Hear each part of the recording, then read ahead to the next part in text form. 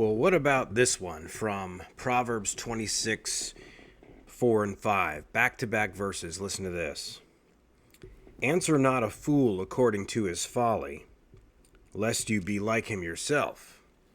And then the very next verse, verse 5, answer a fool according to his folly, lest he be wise in his own eyes. Looks at first like the Proverbs are telling you to answer this fool in two completely opposite ways. But the way I like to say it is this. There's a reason they're back to back, by the way, and they address the same person, namely the fool.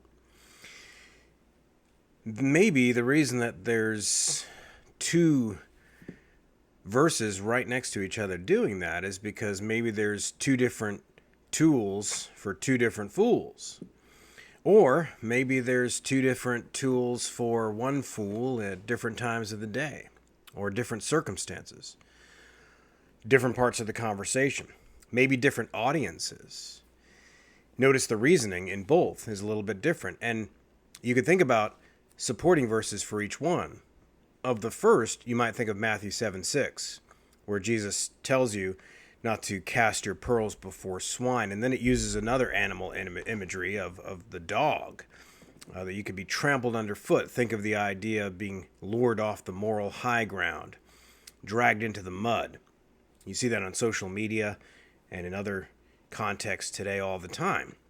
So that's what that tool is for. It's when somebody's being belligerent, when they're not listening, when all they're trying to do is score points, and all they're doing is extracting from you more anger, maybe working you up, or more conversation you weren't prepared for, or maybe it's with some kind of audience of jackals that's just sort of laughing along with him.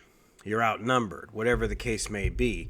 It's got nothing to do with the merits of the actual logic of the argument, but it's more about getting more clicks, more likes. It's about the mic drop, not about the actual argument itself. So that's that tool, lest you become like him yourself. And in a sense, in a practical way, you are becoming like him. You're being dragged down in the mud. There's some cases where it's just not worth falling on your sword over, not worth dying on that hill. So that's what's going on in the first proverb. Now, in the very next one, answer a fool. Now you might think of Titus 1, verses 9 and 10, where the elder, whose character was just talked about, now his doctrine is in view. And one of the reasons why he has to hold firm to the trustworthy word as taught, this is the way Paul says it, one of the other things he has to do is to be able to contradict those who go against sound doctrine. And as John Stott says in his commentary of that passage, contradict there just means overthrow, not just beat them in argument in private. In other words, make their argument look bad. You could do that without belittling the person or without being guilty of being the fool from the first proverb. And here the rationale in the proverb is lest he be wise in his own eyes.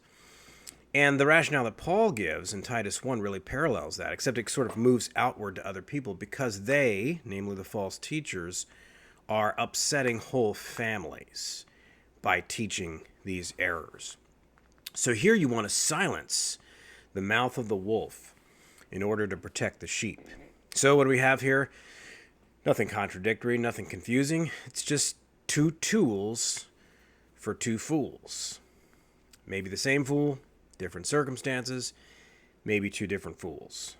But it's wisdom, as the Proverbs are.